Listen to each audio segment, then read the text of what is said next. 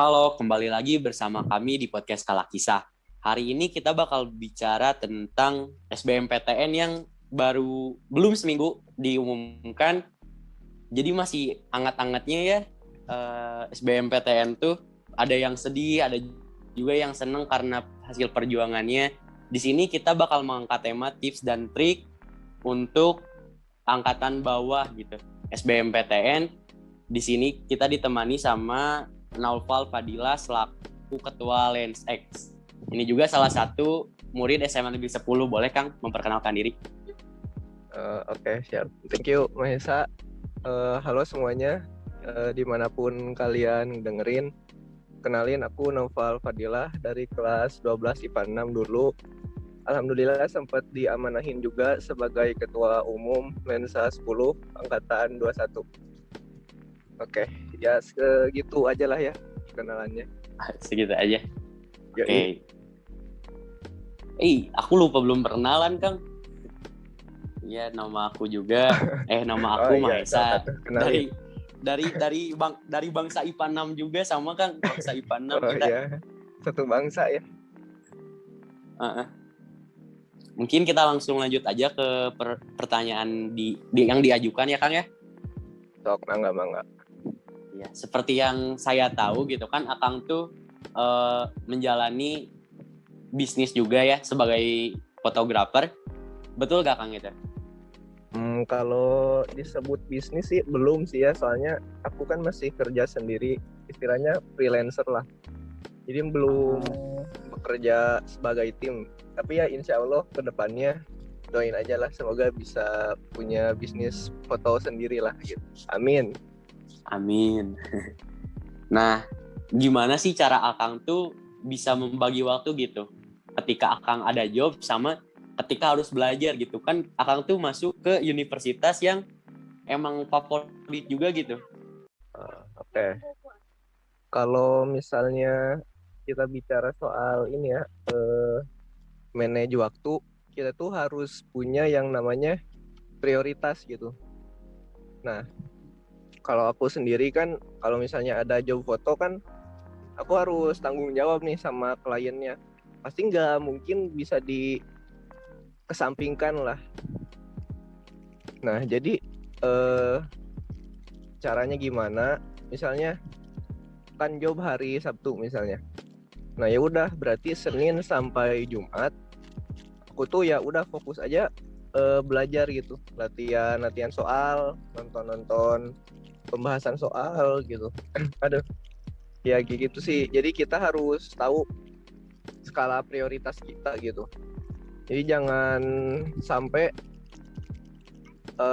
kepentingan satu dan kepentingan lain tuh ditabrak-tabrakin. Itu biasanya kalau gitu malahan ya yang ada jadi berantakan gitu, nggak ada yang bener kayak gitu. Jadi Akang tuh punya jadwal sendirinya gitu ya. Jadi kalau misalnya ketika ada job itu teh harus fokusin di job, dan ketika ada waktu belajar Akang pakai buat belajar gitu. Ya, betul. Itu tuh dimasukin gimana sih Kang? Apakah Akang nulis di buku atau nulis di sticky notes gitu? Nah, ya kalau gitu kan, kalau itu jadwal harian aku ada ini buku khusus yang buat to-do list lah gitu istilahnya. Nah, biasanya di tiap hari itu aku cuma bikin 3 target yang kira-kira paling menantang, dan itu tuh yang wajib banget aku harus berhasil diraih lah gitu istilahnya di hari itu. Jadi maksimal cuma 3 lah gitu maksimal. Misalnya to-do list pertama kerjain 50 soal penalaran umum misalnya. Kedua, nonton pembahasan soalnya. Terus ketiga misalnya latihan fotografi misalnya. Nah gitu. Jadi pokoknya kalau aku pribadi ya maksimal 3 per hari gitu. Sisanya ya kalau yang 3 ini udah beres, ya udah sisa bebas. Aku mau main kayak, mau Netflix and chill kayak, ya bebas gitu. Jadi emang jadwalnya teh udah dipastikan gitu ya? Ya, Nah, misalnya Betul. kan Akang udah nulis to-do list-nya nih, tiga teratas yang penting sama urgent gitu kan. Hmm. Nah, pasti gitu di suatu saat tuh pasti ngerasa males. Gimana sih cara ngelawan malesnya? Nah, pasti males mah ya pasti adalah gitu. Sehari 2 hari. Kalau aku sendiri sih, kalau misalnya lagi ngerasa males gitu ya, ya aku tetap ngelakuin apa yang harusnya dilakuin gitu misalnya, tapi dengan porsi yang lebih sedikit gitu. Jadi walaupun lagi males banget gitu, jadi tapi setidaknya aku itu membuat progres gitu. Misalnya target eh, latihan soal 50 gitu, tapi ternyata lagi males banget nih, ya udah gitu, setidaknya setengahnya lah gitu, 25 latihan soal. Nah dari situ ya aku jadi terbentuk gitu loh si mentalitas yang, kalau jadi walaupun aku lagi semales-malesnya, tapi aku tetap bergerak gitu, tetap ada progres yang aku buat gitu. Nah kalau setelah males-malesan gitu ya besoknya jangan males lagi gitu, karena ya udahlah gitu. Misalnya sehari itu doang males gitu loh, jangan lanjut malesnya, kayak gitu sih kalau aku. Boleh berarti ya cheat day mah, kayak misalnya Yes, boleh sekali-kali boleh males boleh tapi banget jangan lah. keterusan gitu. Iya, bukan robot aduh. Nah, kalau Akang sendiri ikut les gak? Kalau aku sih alhamdulillah ikut sih, ikut. Oh, ikut. Itu Yes. menurut Akang berapa persen sih yang menurut Akang, jadi kan Akang tuh masuk SBM nih. Uh, Kalau tanpa les, menurut Akang bisa gak sih masuk atau enggak? Berapa persen sih lesnya ngebantu Akang jadi masuk gitu SBM? Oke. Kalau misalnya spesifik les sih aku nggak tahu ya, tapi yang aku yakin mah ya, pokoknya usaha kita itu yang kayak belajar, latihan soal itu tuh ya paling berperannya 20-30% lah. Nah mayoritasnya itu dibantunya sama doa gitu, entah itu doa kamu sendiri, apalagi doa orang tua ya, itu udah paling manjur lah gitu, udah nggak usah diraguin lagi. Jadi kalau balik lagi, kalau misalnya bicara apakah tanpa les aku bisa atau enggak, sepertinya bisa, asal ya tetap itu dibantu doa orang tua gitu loh, karena yang berperan paling gede tuh ya pasti doa sih, baru usaha Iya, kayak gitu. jadi buat temen-temen juga yang mungkin sekarang belum bisa les karena belum mampu dari segi keuangan, nggak perlu khawatir ya Kang Yes, ya, karena faktor ya yang betul. paling berpengaruh itu doa sih, sama Bener usaha bener juga ya, betul. ikhtiarnya. Tapi jangan kita doa doang tanpa belajar gitu kan, ya sama aja bohong gitu loh. Tetap ya doa doa terus dibarengin ikhtiar lah gitu, itu wajib lah. Terus kalau boleh tahu, kan tadi tuh kayak ngerasa capek gitu di satu hari, terus Akang teh jadi males gitu. Terus di besok harinya itu tuh Akang harus lari gak sih untuk ngejar target yang kemarin? Apa target kemarin dilupain gitu aja? Misalnya kan hari ini harus ngerjain 50 soal, tapi karena males jadi 25 dan di hari selanjutnya jadi 75 gitu.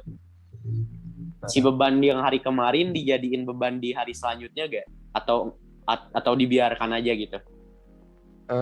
Kalau aku pribadi ya, kalau aku sih ya enggak gitu. Jadi kalau misalnya kayak gitu malah gitu tuh kayak ada balas dendamnya gitu. Soalnya kan kalau aku implementasi ini nih, karena aku kan ya alhamdulillah tiap hari rajin lah olahraga. Kalaupun aku misalnya males banget olahraga, ya setidaknya 5-10 menit lah aku push up kayak apa kayak gitu. Nah di keesokan harinya kan olahraga lagi tuh. Nah aku ya tetap fokus aja ke apa yang seharusnya aku lakuin di hari itu, tapi ya aku nggak mewajibkan untuk membalaskan dendam karena kemarin aku males gitu. Karena ya kan ibaratnya kita olahraga misalnya 6 hari 6 kali seminggu.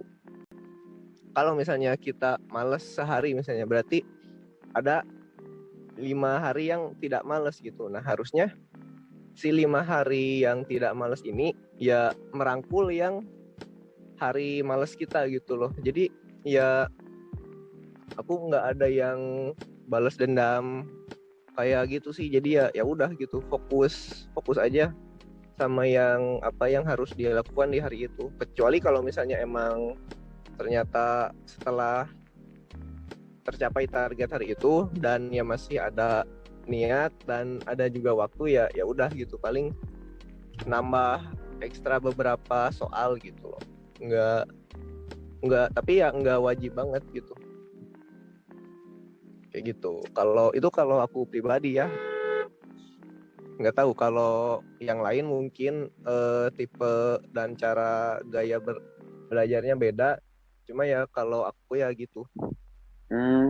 Oke, kalau mau nanya Kang, kan Akang tuh masuk ke UPI jurusan manajemen ya Kang ya. Ya betul. Berarti itu berlawanan gitu kan sama yang apa Akang pelajari selama 3 tahun di SMA kan, itu Ya IPA. berlawanan Tiba-tiba banget. Akang ke IPS nih. Kalau boleh tahu kenapa tiba-tiba jadi pengen ke IPS gitu? Kenapa nggak dari waktu SMA masuk IPS aja gitu Kang? Oke, karena gini, di pas aku awal masuk tuh kan ya aku kira IPA tuh yang kayak wah banget gitu loh, kayak bergengsi lah gitu istilahnya. Jadi aku masuk IPA tuh kayak udah paling paling paling keren lah gitu. Nah tapi setelah makin kesini ya ternyata aku tuh nggak sepenuhnya benar gitu. Soalnya aku punya teman yang di IPS juga, ya mereka pinter-pinter juga kok gitu loh. Jadi justru aku yang emang masuk IPA karena tujuannya tidak jelas, malah repot sendiri gitu. Jadi pokoknya tiap belajar IPA tuh paling susah masuk deh gitu ke otak, walaupun udah berusaha semaksimal mungkin untuk menyimak, tapi ya at the end ya nggak tahu, kayak lebih gampang belajar ekonomi misalnya daripada matematika gitu. Ya kayak gitu sih. Jadi ya karena berasa IPA tuh superior gitu, ternyata ya tidak gitu. Enggak juga. Berarti Akang nemuin fashionnya Akang sendiri ya? Betul. Nah, itu tuh nemuinnya tuh di awal masuk semester apa udah mau akhir apa di tengah-tengah tuh? Nah kalau passion itu berarti yang anggaplah Yang minat disukai kan aku, minat. Kayak minat tadi aku. kan Akang bilang katanya IPA kan susah nih buat masuknya.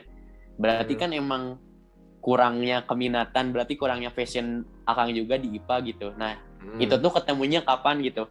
Ketika semester 1, 2 apa akhir-akhir mau kelulusan baru oh iya di sini fashion saya di sini nih apa sih seluruh kemampuan saya bisa maksimal gitu.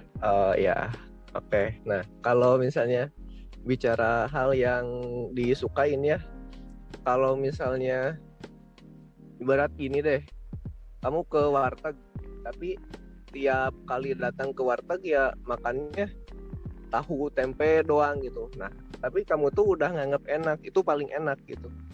Nah, tapi ya sebenarnya kan itu nggak fair karena kamu belum nyoba yang lain gitu. Siapa tahu setelah kamu nyoba kikil misalnya, kamu berubah pikiran. Jadi, oh tahu tempe tuh bukan yang terenak di warteg, ternyata kikil.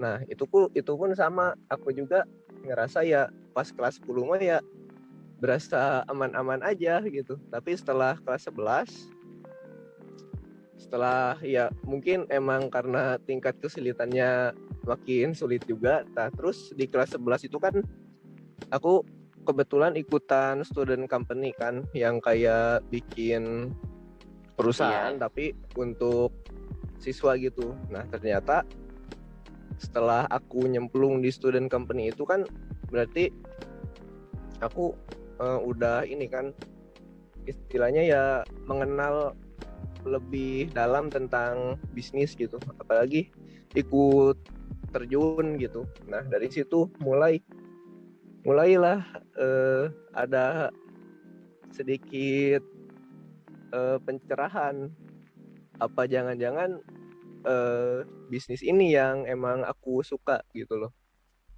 Nah dari situlah untungnya aku ini ketemu si student company ini gitu loh.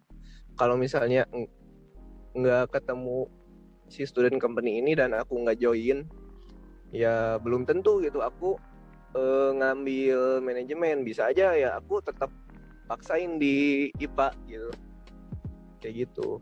Jadi ya coba, aku karena mencoba hal yang baru dan menemukan passion lah di situ gitu. Jadi kalau bisa disebutin berarti Akang tuh belajar udah mastiin buat lintas jurusan itu ketika masuk kelas 2 ya, kelas 11. Yes, betul. Berarti punya jeda sekitar 2 tahun kan buat belajar lagi apa yang harusnya dipelajarin 3 tahun gitu kan, harusnya dari kelas 10. Nah itu tuh berat gak sih apa cobaannya? Terus ketika capek, apa yang harus diingat lagi, apa yang ngebangkitin Akang lagi buat biar bisa semangat gitu? Oke, kalau yang pertama dulu deh ya, tantangannya pertama nih ya, aku tuh mengiranya si pelajaran IPS tuh bakal lebih gampang gitu, karena ya nggak ada hitung-hitungannya, cuma ngapalin gitu. Aku awalnya mikir gitu, tapi setelah aku nyemplung emang benar-benar belajar IPS, ternyata tidak segampang yang aku kira gitu. Karena ya IPA dan IPS mereka punya keunikan masing-masing lah ya, yang nggak bisa dibandingin gitu. Nah ya itu kesulitannya, emang hafalannya banyak banget gitu. Tapi ya karena balik lagi aku udah setidaknya lebih mengenal diri aku sendirilah gitu. Ternyata aku emang punya ya kekuatan lah dibanding di IPA. Aku ternyata emang condong kekuatannya di yang IPS gitu, khususnya ya ekonomi kayak gitu. Nah kalau misalnya yang pertanyaan kedua tadi, sorry, boleh diulang? Motivasi ketika capek gitu kan, yang lain belajar, bahkan ada anak IPS juga yang belajar 3 tahun belum lulus gitu untuk masuk SBM. Beda sama Akang yang 2 tahun bisa ngejar semua materinya dan berhasil masuk gitu, berhasil lolos. Jadi ketika capek, apa sih motivasi atau apa sih yang harus didapat biar semuanya kekejar gitu, biar goals-nya Akang tuh tercapai? Oke. Ini aku ingin meluruskan dikit ya. Aku sebenarnya mulai belajar materi IPS tuh ya cuma pas ini semester kelas 2, semester 2 kelas 12. Jadi ya cuma 6-5 bulanan gitulah. Tapi ya alhamdulillah lah gitu. Tapi sebenarnya ya teman aku juga ada yang cuma belajar 3-2 bulan. Dia belajar sekelas sama aku IPA, terus loncat ke IPS, belajarnya cuma 3-2 bulan. Dia alhamdulillah tembusnya ke universitas di Ponegoro gitu. Nah, oke, lanjut lagi ya ke pertanyaan, kalau capek gimana? Nah, kalau aku gini, aku selalu memulai dengan akhir gitu. Start with the end in mind. Jadi sebelum aku memulai sesuatu, aku tuh udah mikirin goalnya bakal kemana gitu, goalnya bakalan gimana. Nah dari situ kan aku jadi setidaknya lebih semangat lah gitu. Jadi contohnya, kalau aku misalnya pengen punya pendapatan minimal 10 juta per bulan. Nah itu tuh aku emang udah ngebayangin duluan gitu, walaupun emang belum kejadian, tapi aku udah ngebayangin bagaimana sih rasanya gitu punya pendapatan minimal 10 juta per bulan gitu. Nah dari situ ya kalau misalnya aku kayak ada kurang semangat gitu ya, aku tinggal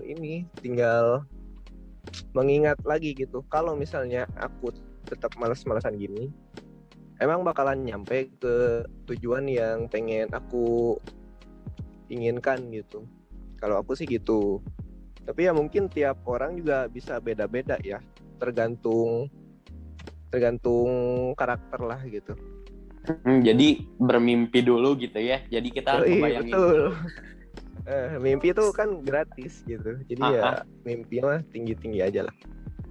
Nggak usah malu buat mimpi lah ya. Betul. Ketika mimpi tuh langsung Akang nulis to-do list-nya gak gitu? Apa yang harus dicapai? Apa step-step selanjutnya yang buat bisa dapat ke mimpi itu?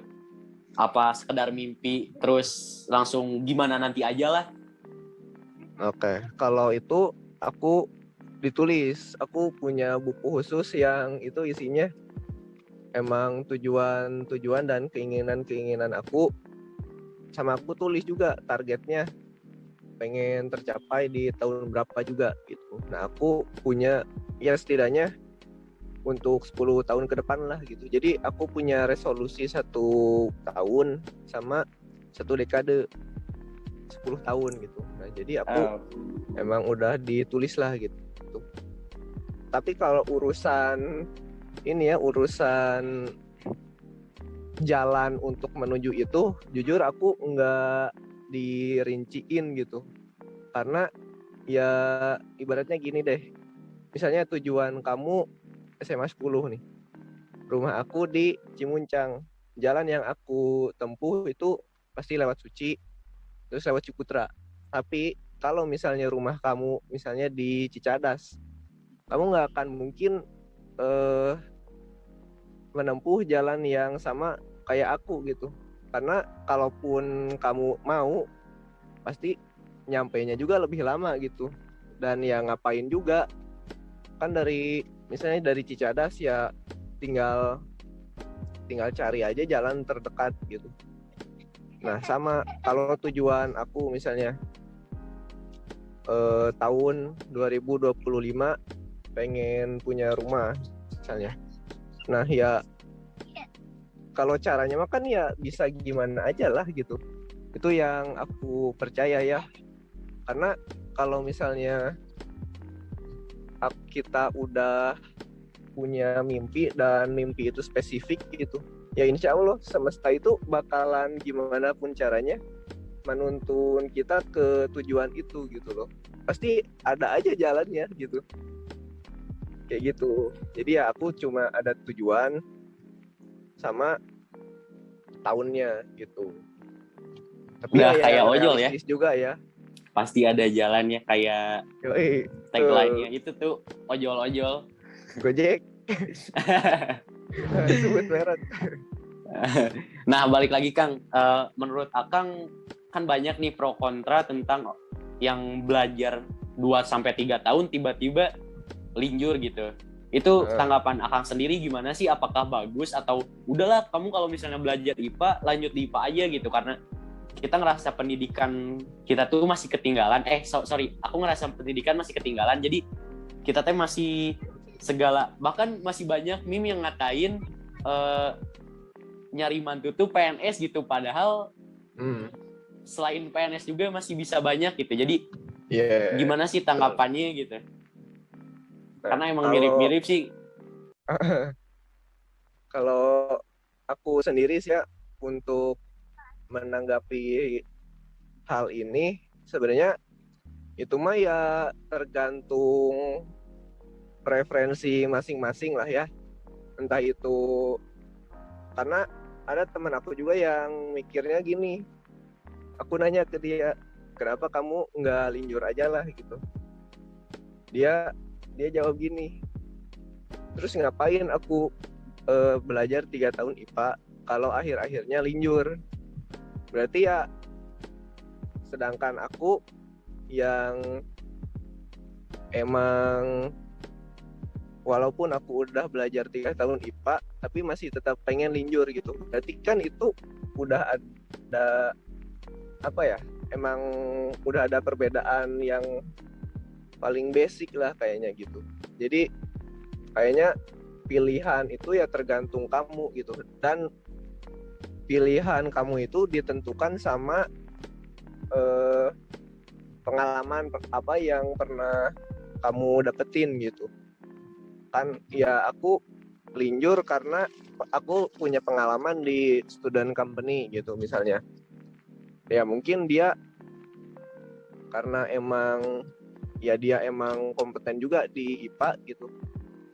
Ya jadi ya udah gitu, dia stay di IPA dan emang tembus ke PTN gitu dari jalur SBMPTN gitu. Jadi kalaupun ntar misalnya kerjanya nggak nggak sesuai jurusan, ya nggak apa-apa juga sih gitu. Kan tiap orang beda-beda ya. Ada yang tipenya yang emang nggak suka diatur. Nah biasanya yang gitu-gitu tuh larinya mereka bikin usaha sendiri, dan ya entah kenapa gede gitu. Ada orang yang emang suka dengan rutinitas, suka dengan ya yang pasti-pasti aja lah gitu, yang aman-aman. Nah itu yang jadi karyawan atau pegawai gitu. Nah ya nggak ada yang salah menurut aku mah. Jadi ya cuma nggak ada yang salah benar, cuma adanya yang paling cocok dan tidak cocok lah gitu.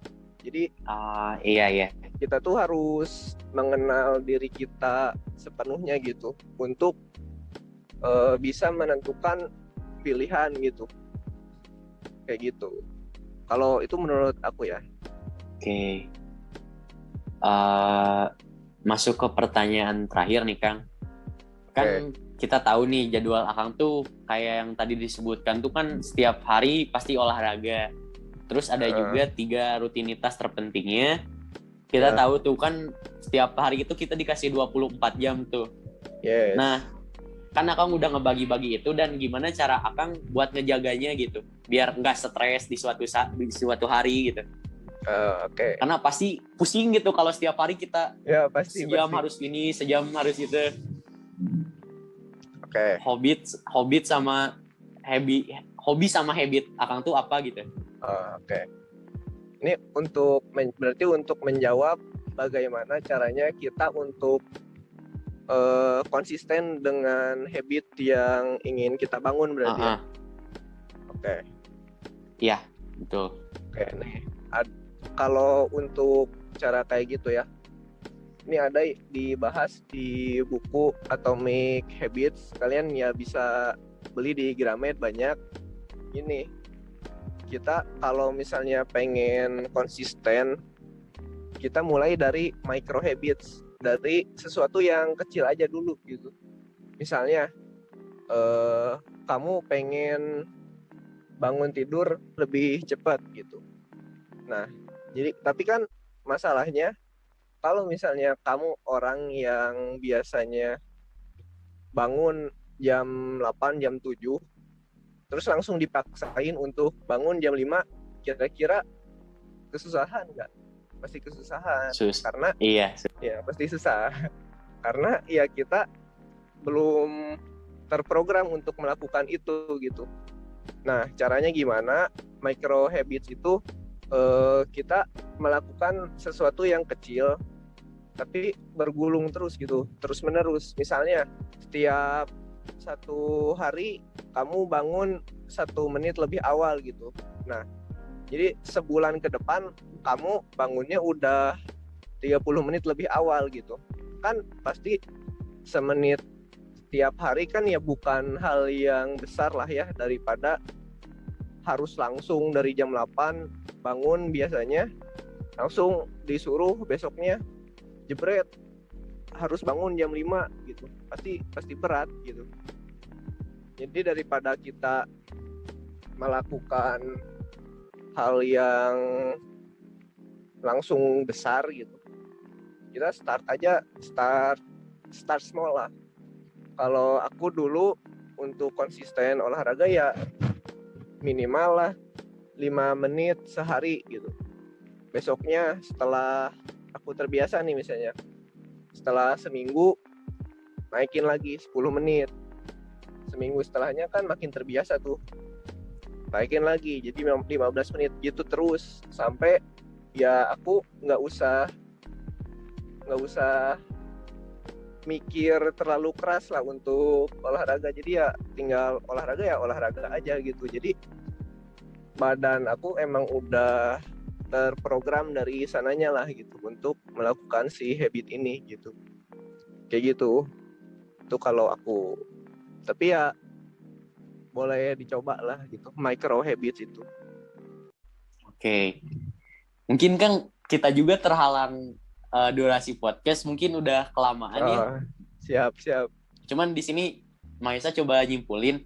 Jadi buat teman-teman semua jangan pernah malu buat explore more gitu. Jadi kayak yang dilakuin Kang Naufal ini, dia nggak akan ketemu passionnya kalau dia nggak masuk ke student company gitu kan. Iya. Nah, yang kedua tuh jangan lupa bermimpi gitu, karena nggak ada yang larang buat bermimpi, tapi Ya, bermimpi juga jangan asal bermimpi gitu ya Kang ya.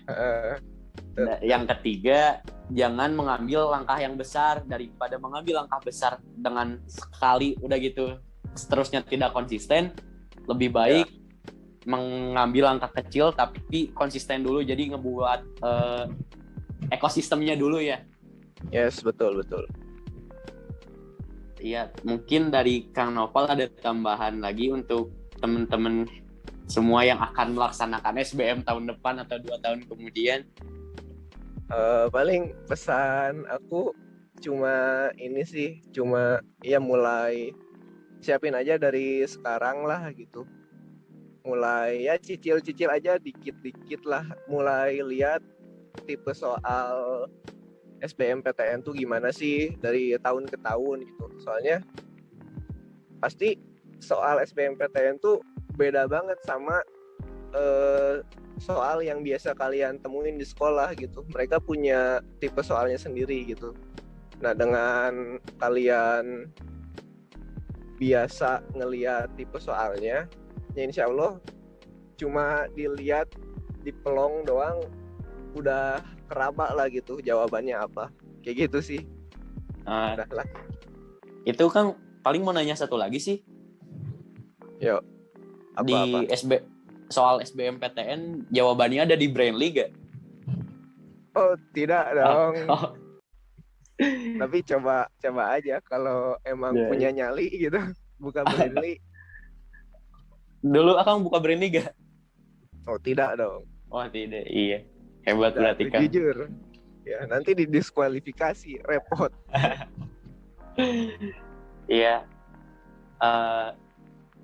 Mungkin sekian aja podcast hari ini. Ini juga bakal jadi penutup podcast nih Kang. Ini tuh episode terakhir Kalah Kisah dan sama Akang gitu. Betapa spesialnya Akang ini tuh kan. Wah, gokil. Thank you.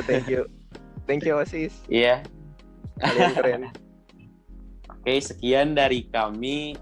Mohon maaf bila ada kesalahan. Wassalamualaikum warahmatullahi wabarakatuh.